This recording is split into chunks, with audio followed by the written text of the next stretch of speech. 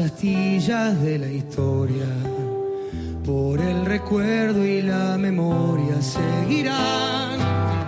Será la forma de encontrarnos en la última estación, en la canción sin fin. El silencio en la vereda que enmudece, con los que quedan intentando embellecer, honrar los días y la herida que siempre están ahí, aún después de morir. Vas a reír y a volver a despertar en una noche de abril, porque sí, cantando en el final, hasta que la vida nos devuelva la verdad.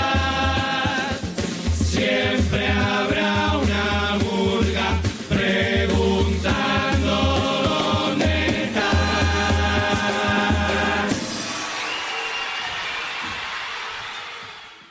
Haciendo Camino al Andar, un micro radial impulsado por la Secretaría de Derechos Humanos y Género y el equipo de comunicación de la Facultad de Psicología de la Universidad Nacional de Rosario.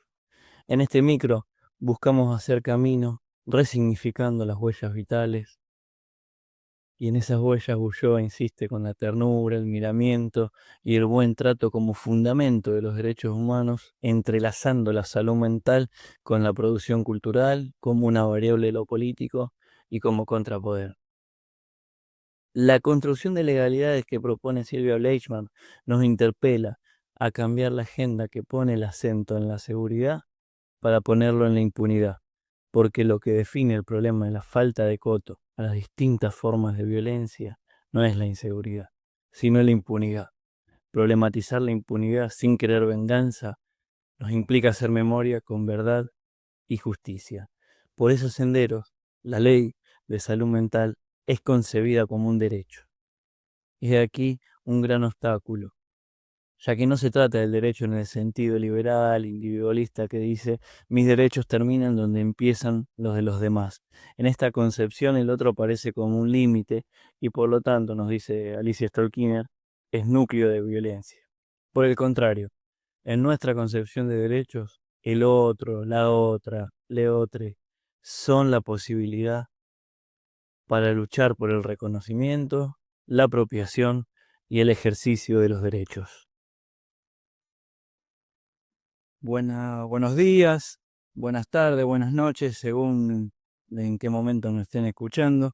Hoy vamos a estar inaugurando este micro Haciendo Camino al Andar y tenemos el gusto de inaugurarlo con Soledad Cotone, compañera decana de la Facultad de Psicología de la Universidad Nacional de Rosario.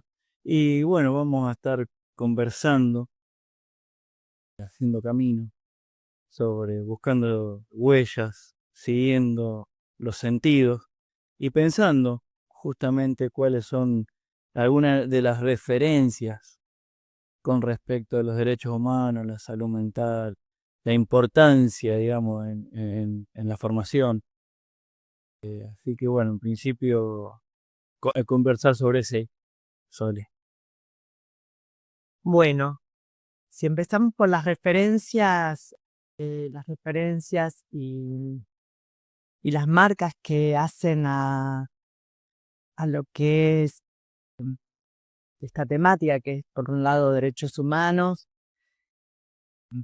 por otro lado salud mental, y bueno, y después lo de la formación, me gustaría como poder plantear primero en como tres ejes que podrían pensarse en sí mismos y por otro lado tres ejes en articulación, particularmente, cuando hablamos de nuestras carreras, de psicología, de profesorado de psicología, de la historia también, de lo que hace a la psicología en la Argentina, particularmente, y más ampliamente lo que hace el campo de la salud mental también en la Argentina. Y entonces, si hablamos de marcas, lo primero que uno puede decir es que para mí toda marca empieza siendo desde una historia situada, es decir, desde donde uno habla. Y, y bueno, en principio tengo que decir que yo vengo de una generación que, que no hemos nombrado como hijes. ¿Por qué? Porque somos una generación donde hemos sufrido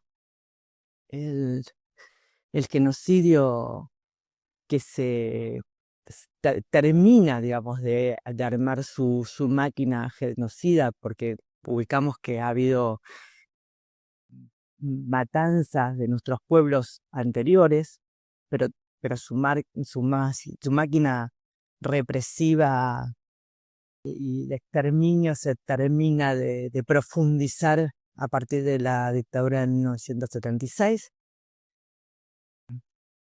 Una dictadura que a mí me encuentra muy chiquita y que entonces como generación la hemos sufrido por desapariciones de, de nuestros padres, abuelos, tíos, amigos de los padres, que son los tíos siempre que uno habla de las familias amplias o ampliadas.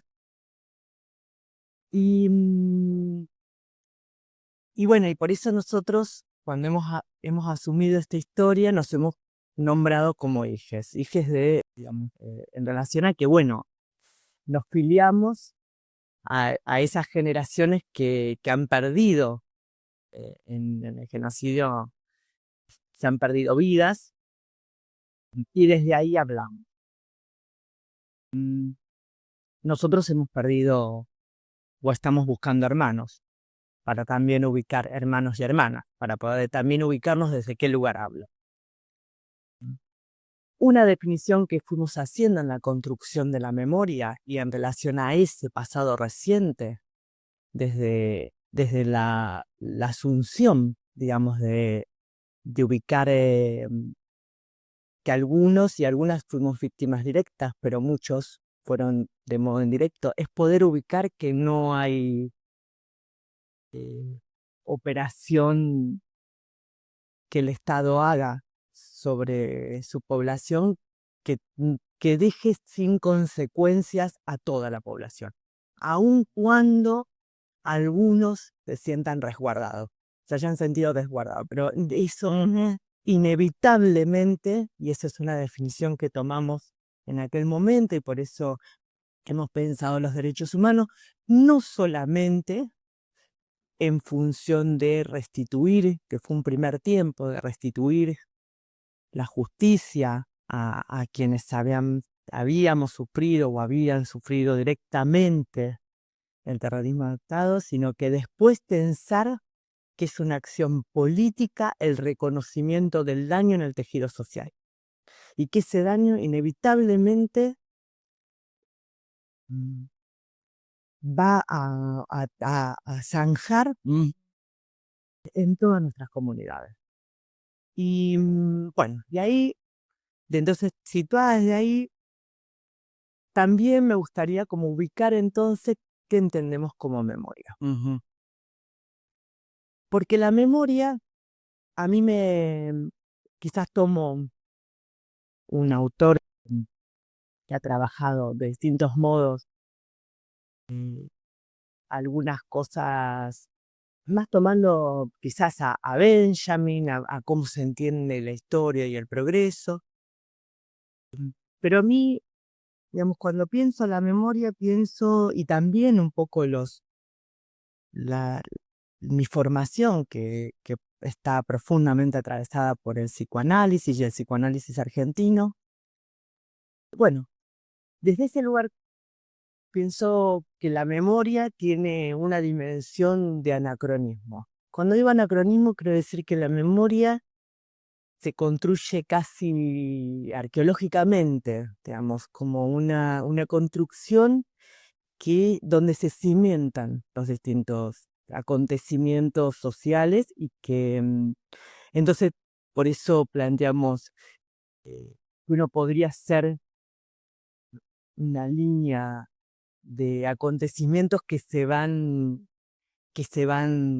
sobreponiendo unos sobre otros, como por ejemplo la mal llamada campaña del desierto y el arrasamiento de nuestros pueblos originarios.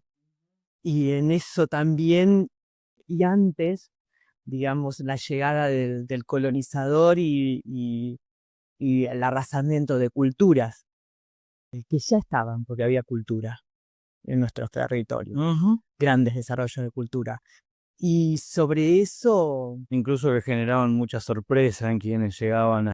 que generaban un montón de muchísima sorpresa, ¿no? Y sobre eso, las construcciones de nuestros estados-naciones, con el arrasamiento también, con estas luchas entre unitarios y federales y el arrasamiento la persecución de nuestros caudillos y las organizaciones de las montoneras. Y también uno podría decir la pérdida de lo que ha sido con la fiebre amarilla de la población negra en nuestra zona litoraleña. Y bueno, quiero decir, eso es una capa sobre capa de voces y de historias que han sido arrasadas y que hace, digamos, a una memoria colectiva. También hay otras memorias, digamos, que son las de los colonizadores, los que triunfaron, los que generaron las riquezas, los que se quedaron con la tierra. Son distintas capas. Y ahí ubicamos el trabajo que se hace desde la historia. Porque la historia, para mí en particular, tiene que ver con la construcción que hace un sujeto en un tiempo determinado de lectura de esas capas y de resignificación situada a partir del tiempo que está viviendo ese sujeto, que no es un sujeto solamente singular, sino un sujeto también colectivo, porque está referencia a otros y a otras, pero desde ese lugar se construyen relatos, se construyen lecturas, se construyen interpretaciones que permiten ubicar causas del acontecer actual y también ubicar y ficcionar presentes distintos y futuros transformadores. O no, o presentes que nos dejan tranquilos y trabajar por la conservación de ese presente. Lo que quiero decir es que la historia siempre es una interpretación situada de un sujeto, puede ser singular o colectivo, porque también tenemos, digamos, eso se da en el trabajo también que hace alguien singularmente de su propia historia, pero que es un sujeto singular y colectivo, de lectura sobre esos cimientos de la memoria, y que esa lectura y esa interpretación va a permitir a ubicarse a qué se filia, cómo se filia, y qué es lo que va a defender, va a sostener y va a querer transformar o no en su presente para su futuro. Buenísimo. Abrís muchísimas dimensiones para pensar la construcción de la memoria y la historia. Me parece que te metes con la dimensión de la colonialidad. Lo que mencionas como la mal llamada campaña del desierto, que fue el proceso de organización nacional, también se le dio ese nombre. No olvidemos que al genocidio que se empieza a perpetuar en el 76 fue el proceso de reorganización nacional, y pareciera que entre los años 60 y 70 algo de esa herida con la llegada de inmigrantes, con ese arrasamiento, empezaba a, a sanar, o empezaba a tramitarse, a elaborarse. Bueno, y luego el genocidio brutal de los años 70. Pero también plantea una manera de leer la historia y construir la memoria, con todas estas referencias de psicoanálisis argentino, Benjamin, ¿no? Porque también estás planteando la posibilidad de retomar las voces que han sido arrasadas para contar la historia. Entonces hay un posicionamiento que también piensa desde aquellas voces que fueron arrasadas, que fueron vencidas, que fueron oprimidas, y construir una especie de diagnóstico desde ahí. Pero aparte le agregás esta cuestión de lo situado y poder pensar desde las inquietudes del presente. Y en ese sentido, Sole, desde estas inquietudes que tenemos en el presente, ¿qué cuestiones, digamos, o desde qué referencias tenemos que leer y seguir profundizando para problematizar? Y en este mismo sentido, porque me parece que vos también es una invitación a que tomemos un posicionamiento, a no quedarnos tranquilos con el presente que tenemos y con la posibilidad de construir otro futuro. Ya sabemos que si se toman determinadas medidas que se están tomando, porque ya se han repetido varias veces lo que es el endeudamiento, lo que es determinadas cuestiones, cómo terminan estos rollos, estos guiones. Entonces, es muy inquietante la invitación a construir memoria desde la inquietud y desde lo que nos duele también, entiendo, desde el presente, para intentar justamente pensarlo de otro modo, habitarlo de otro modo, recuperando y filiándonos con esas voces que fueron vencidas o arrasadas, pero que están latentes en la memoria de nuestro pueblo. Sí. Decís en nuestro presente. Ujú. Nosotros sabemos que, que estamos como empujados a seguir andando, ¿no? Que hay algo que tiene que ver con la vida, que es que te empuja a seguir, y entonces Por eso hay que hacer camino al andar. por eso hay que hacer camino al andar. Te empuja a seguir y por otro lado vos decís cómo se sigue recuperando aquello que insiste en ser escuchado, ¿no? O que insiste en ser retomado. Y entonces ahí hay un trabajo fundamental, que por eso digo lo situado, que es un trabajo fundamental, que es, en principio, aun cuando uno se siente empujado a seguir, está la necesaria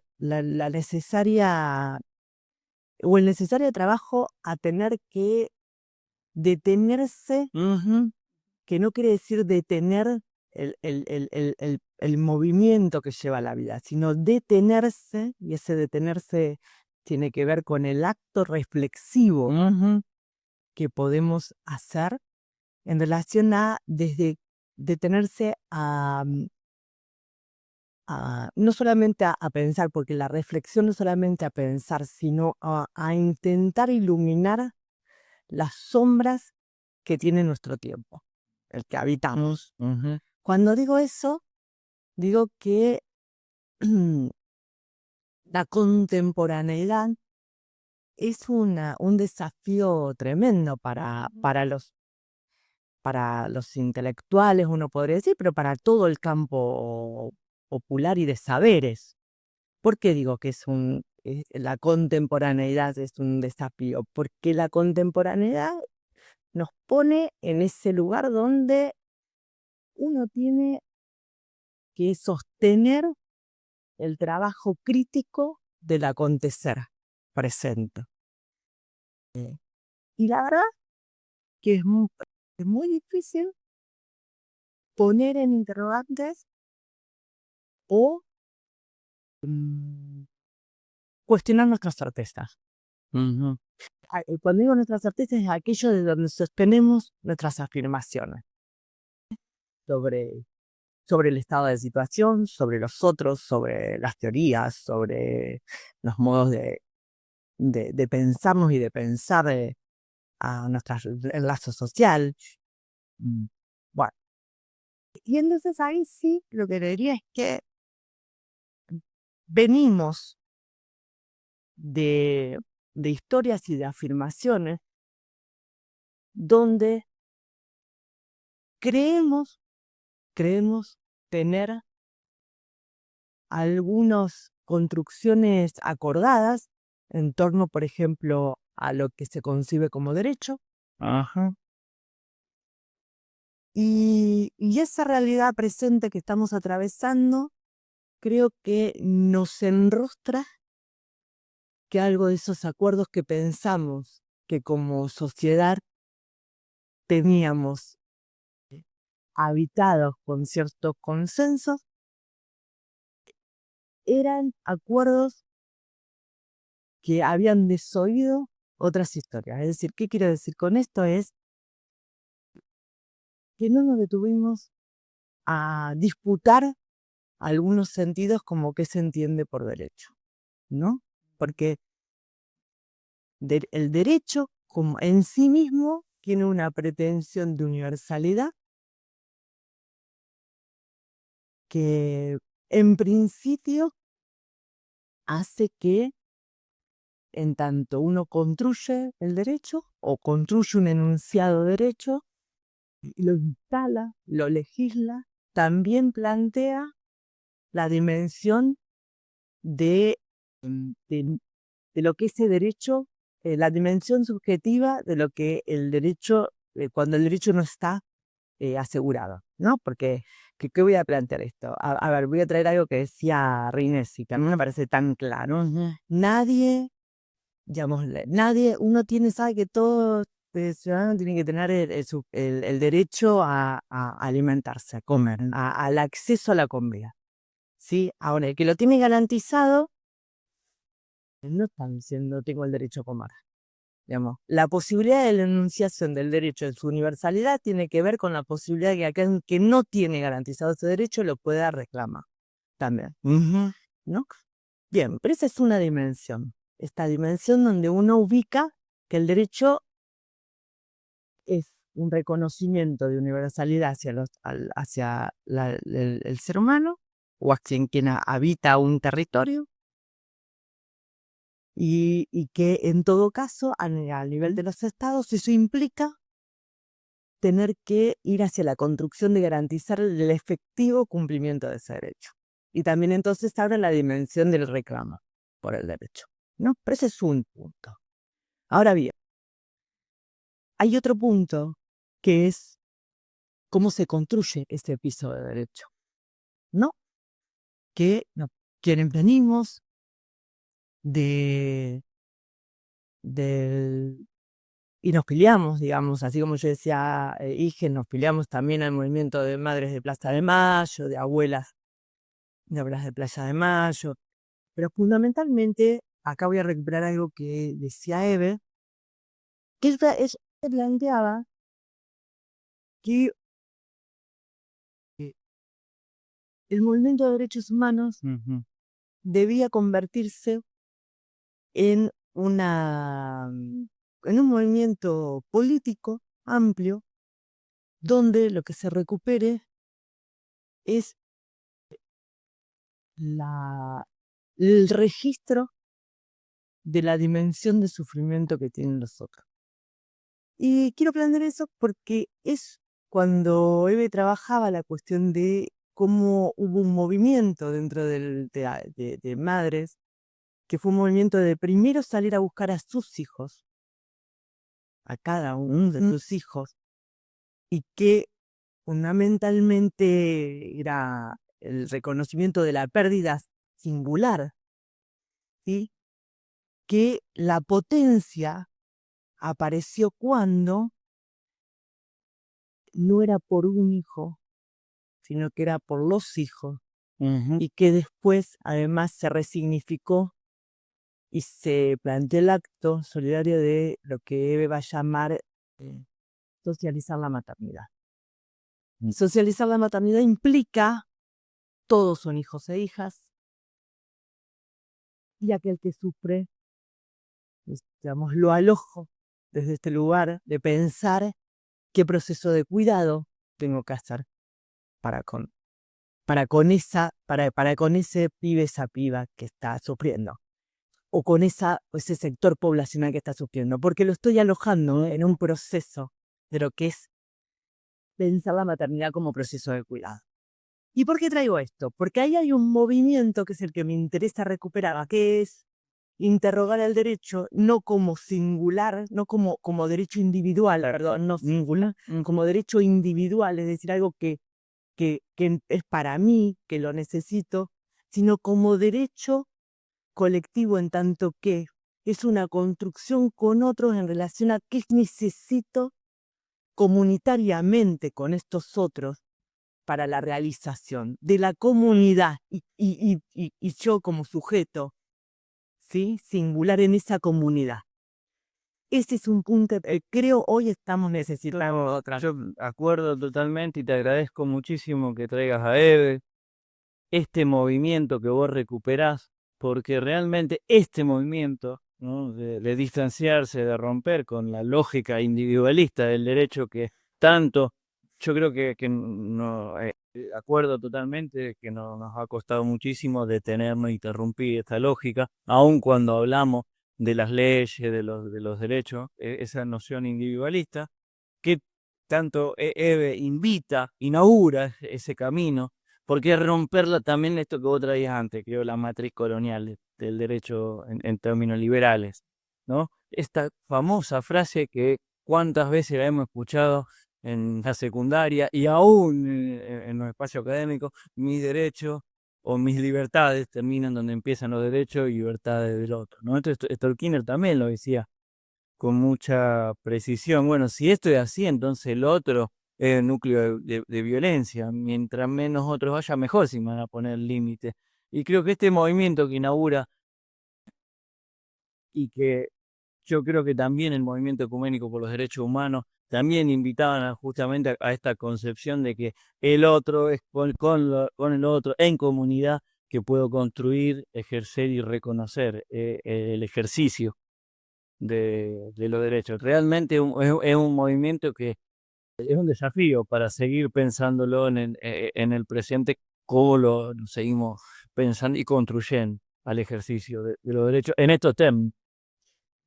Sí, es un gran desafío, pero porque fundamentalmente, y por eso yo partía la cuestión de la contemporaneidad y el tiempo en el que uno transita, creo que nos habita, como sujeto nos habita profundamente, aun cuando lo digamos, y aun cuando nosotros planteemos, em, planteemos esto desde lugares a lo mejor además desde lugares activos, no desde una militancia, pero el reconocimiento del derecho colectivo, de la construcción de la comunidad, de las comunidades y las diversidades dentro de las comunidades, y de ese, más que comunidad, ese piso común que nos tiene que sostener a todas y todas en el vivir, para poder construir un buen vivir. Aun cuando uno trabaje desde ese lugar y lo piense, yo creo que ha calado hondo en nuestra subjetividad Sí. la otra construcción del derecho individual. Sí. Y porque además no solamente ha calado hondo, sino que nos hemos, digamos, nos hemos educado digamos, que por generaciones nos hemos educado con una transmisión de ese derecho individual y liberal, que hace que ahí donde no me detengo a reflexionar sobre mi acto, lo más probable es que lo esté repitiendo en mi accionar. Eh, es importante hacer todo ese ejercicio, por eso yo planteaba el ejercicio de la detención, hacia dónde está yendo el acto, no solamente el acto singular, sino porque además yo planteo que todo acto singular y todo acto que uno lo sostiene dentro de una ética y es un acto político. Es político en el sentido que tiene consecuencias hacia la comunidad y hacia los otros con los que me enlazo. Más cercanos, más amplios, menos amplios, pero digo, hay algo ahí que tiene que ver entre una ética y una política de todo acto. Entonces, ahí donde no reflexiono hacia dónde está direccionado mi acto, lo más probable es que aparezcan estas sombras que digo que tienen que ver sobre los años que venimos, digamos, cargando de generación a generación de los vencedores sobre nuestros territorios. Porque si hay algo que nos pasa es que hablamos, por decirlo con una metáfora, es como habitamos la lengua extranjera todo el tiempo y nos cuesta ir hacia esto que decimos nuestras propias voces. Ese es todo un trabajo de recuperar, porque cuando digo la lengua extranjera es la del vencedor, la que nos precipita a sostener modos de construcción y de lazo que nos deja extranjerizados de nuestras propias construcciones, historias, y bueno, voces, que es lo que venimos recuperando por otro lado. Eso ahí, y creo que es todo un trabajo, porque acá voy a plantear otra cosa. Vos planteabas salud mental y planteabas derechos humanos. Fíjate que hubo todo un movimiento de la salud mental que nace además con el psicoanálisis argentino y con otros movimientos, digamos, de la psicología, pero fundamentalmente en un tiempo donde se entrecruza en nuestra historia el profesional que te pensaba situado y empujado por los acontecimientos que estaba viviendo en ese presente, empujado a tener que posicionarse sobre cómo iba a ser su hacer con otro, cómo pensar una práctica que diera cuentas del sufrimiento que venía atravesando el pueblo argentino, cómo tener además un proyecto ya no de psicología, sino de salud mental, en el sentido de pensarlo como dentro del movimiento de la salud comunitaria o de la salud pública, y entonces pensar cómo los arrasamientos que nosotros veníamos ubicando sobre nuestras poblaciones tenía además un soporte que era el del encierro, el del aislamiento, el lugar de la locura como adoctrinamiento de las sociedades. Bueno, todo ese trabajo que armó, digamos, a lo que es el campo de la salud mental, toma mayor potencia cuando se aúna con el movimiento de derechos humanos, porque si no pasaban a ser dos luchas que hacen a lo mismo, pero cuando digo a lo mismo es a lo mismo en relación al daño que producen el lazo las construcciones individualistas y las construcciones liberales de nuestras sociedades, y que tiene un soporte de pensar, ¿no?, las producciones de subjetividad, de derecho, de un modo, y que además eso instala el operar de nuestro Estado sobre las poblaciones. Entonces, cuando podemos unir uno y otro, se articulan. Cuando se articula De esa concepción, creo que de ese movimiento, esos gestos y esos movimientos que inaugura. Y también, bueno, en los movimientos de salud mental antes también de genocidio, digamos, los 70, con comunidades terapéuticas. Era en los años 70, lo que estamos ubicando es, tenés un movimiento que está pensando cómo, digamos, los psiquiátricos están habitados por inmigrantes, por las poblaciones de pueblos de nuestro interior que llegaban a Buenos Aires, a Rosario, a las grandes ciudades, y que no van a poder armar del lazo. Está habitado por estos restos, por esto que yo digo que se ha construido de capa sobre capa, sobre estos restos comunitarios que venía a tratar de encontrar un lugar en la sociedad y quedaban, digamos, desalojados o en un lugar de encierro por año. Pero que es un lugar de encierro que además ha regulado el lazo dentro de nuestras comunidades, porque nos ha regulado en esto de la diferencia, te ponen con el encierro en la cárcel como horizonte, el cuestionamiento de lo establecido. Entonces creo que sí, ha regulado sociedades y ha sido esta cuestión de la normativización de las sociedades. Por algo, y acá podemos hacer un enlace fundamental, nuestras madres eran las locas de la plaza. ¿Sí? Aquel que enuncia una verdad queda establecido ahí. Y se anima a decir no Y se anima. al orden dominante establecido. Sí. Hay sobre eso una operatoria de marca, que en realidad la que tenemos que pensar que esa marca, esa operatoria de la locura, tiene que ver más que con este sujeto, con lo que ordena hacia la afuera. ¿Sí? Como decir, bueno, es el sometimiento al orden dominante lo que me permite seguir, ¿sí?, en relación a otras y a otros.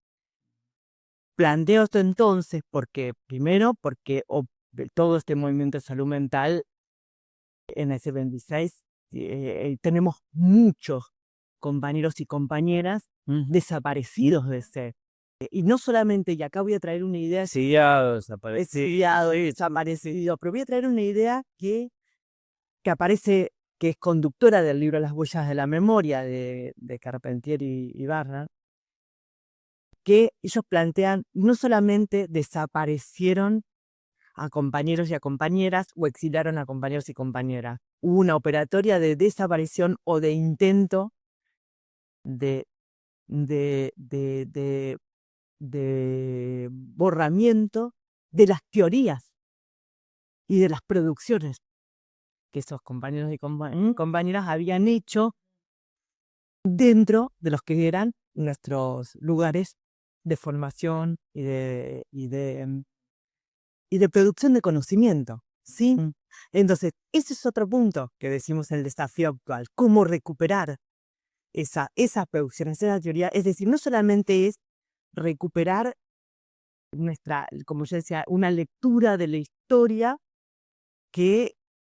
donde haya un posicionamiento sobre esas huellas y esas marcas de nuestra memoria como pueblo, sino que además recuperar que hubo lecturas y hubo producciones en nuestro tiempo. Y experiencias transformadoras.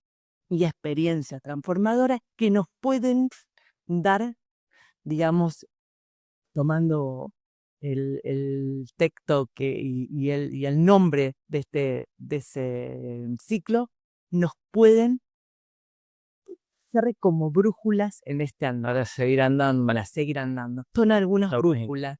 La verdad que muchas gracias. Abre muchas reflexiones que, bueno, también podrán quienes escuchen y tengan ganas compartir. Muy, muy, muy necesario recuperar esas prácticas, esa experiencia también necesario para pensar el desafío, esto que vos planteás como de la construcción de la contemporaneidad, en lo que tiene que ver con la filiación, me parece, ¿no? Pero como entre generaciones que no han vivido muchas de esas experiencias, cómo poder justamente digamos, transmitir, recuperar esas experiencias y realmente, bueno, esto también implica un desafío, me parece, político y didáctico, que habrá que construirlo, en lo que tiene que ver con lo metodológico y las experiencias de nuestras aulas, entiendo, ¿no? Creo que también tiene que ver con una cuestión didáctica. Eso es un punto fundamental.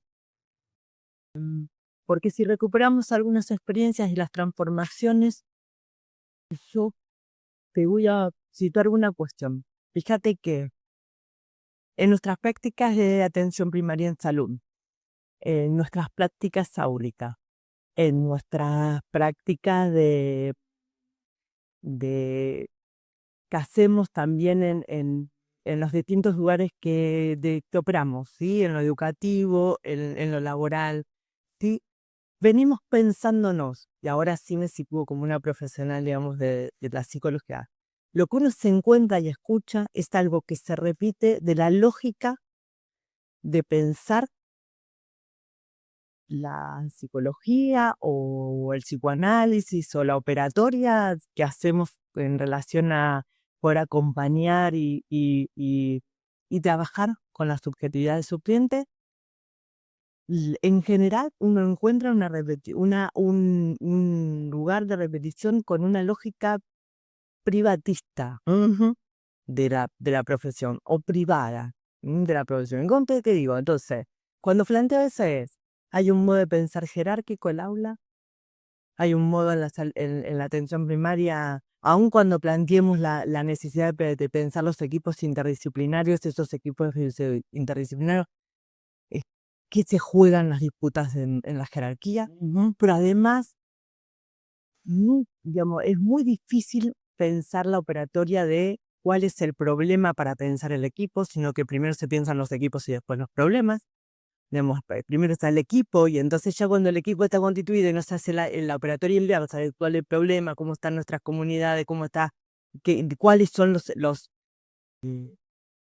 lugares, digamos, de repitencia, de sufrimiento de la comunidad, y sobre eso pensar, cuando uno puede establecer un problema, sobre eso pensar qué equipo, cómo, qué profesionales, de qué modo podríamos articular, y esa construcción de problema siempre es podemos llamar me sale la comunidad, el usuario, las usuarias, digamos, como queramos nombrar, digamos, a quien va a ser el necesario y la necesaria beneficiaria, una acción de cuidado, de salud o educativo.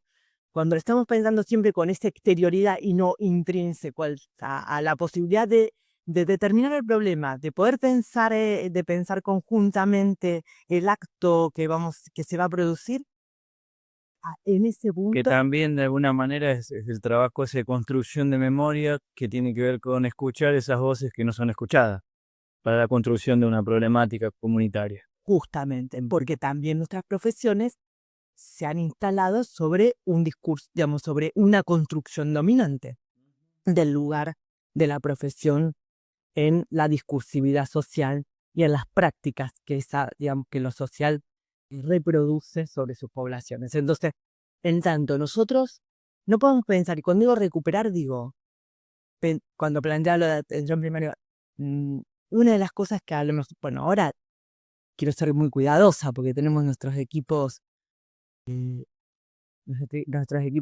territoriales con situaciones de mucha precariedad laboral, y entonces esto no va hacia eso, sino poder pensar nosotros el modo en que vamos construyendo esos equipos territoriales y a la vez denunciar que tenemos un Estado que no cuida a su población porque tampoco piensa en dar recursos a los equipos territoriales. Entonces, dejando claro ello, quiero plantear que, por ejemplo, una de las cuestiones que lo he dicho, mira, en el último encuentro de derechos humanos en la mesa justamente sobre salud mental, que planteaba que tenemos que terminar, por ejemplo, con las listas de espera. ¿Por qué se arman las listas de espera en los espacios territoriales? Porque hemos perdido la práctica de la grupalidad. Porque no hemos podido, digamos, tenemos que volver a significar si se puede trabajar con grupos, si se puede trabajar de otro modo, porque seguimos pensando la atención primaria con la lógica de un consultorio. En el aula, estamos más centrados en el proceso de la evaluación que en la producción que hacemos con otro de la construcción misma del conocimiento. Es decir, estamos priorizando la lógica privada y singular del acceso, ¿sí?, a lo que puede ser la salud, a la justicia, a la educación, que a lo que es la cercanía y la construcción de ese proceso, de la educación, la salud, la justicia, al interior de lo que es ese encuentro de, como decía, usuario, profesionales, comunidades, ¿sí?, que necesariamente tiene que predefinirse. Porque además, así como estamos, no va a haber, por más que produzcamos un montón de profesionales y pongamos intervención, es una práctica muy acotada. a la posibilidad de generar transformaciones reales sobre el sufrimiento de nuestra población. Yo le tengo una última pregunta. Sí. ¿Con qué te animas a soñar, más allá de todo lo que ya dijiste? ¿Con qué me animo a soñar? Te lo voy a resignificar. Cuando empecé diciendo que fui de las generaciones de hijes y en su momento, en los 90, tuve una participación muy activa desde lo estudiantil, desde distintos lugares, tratando de poner límite a un proceso que en ese momento llamábamos neoliberal, de una política neoliberal que se recrudecía en Argentina. Ese trabajo que hacíamos y que además tuvo una gran organización social, además de un pueblo que se fue organizando mediante el trueque, mediante otras monedas, solidariamente a una política que arrasó también vidas, no solamente la economía, sino muchas vidas. Nosotros militábamos y le poníamos freno a esa política, girándonos a una historia, a una idea de revolución en el pasado. Se había querido tener otra cosa, habían arrasado a los referentes generacionales de esos procesos y la revolución era en el pasado. Ya para nosotros la idea y la perspectiva era hacerle límite a esa política, pero ese era lo posible. Y la verdad que yo, como generación, me ha tocado vivir la asunción de Néstor y de Cristina, y por eso lo pongo en esto. Y yo cuando viví las políticas de Néstor y Cristina, del kirchnerismo, como situada en mi historia, volví a sentir que es posible la transformación, que otro estado es posible y que es posible reparar el daño que ha habido sobre cada uno de nosotros y sobre la población en general. Yo me animo a soñar desde ese lugar, sabiendo la potencia de lo posible, en que es posible si nosotros volver a conducir un Estado nacional que escuche, que le dé lugar a lo que por siglos no tuvo lugar y que desde ahí intentemos reparar y alojar a esas diversidades que hace a nuestra comunidad amplia. Yo me animo a soñar eso, pero para eso creo que tenemos que estar continuamente preparándonos, porque cuando sea posible tenemos que estar a la altura de esta respuesta. Muchas gracias, compañera Soledad. Gracias.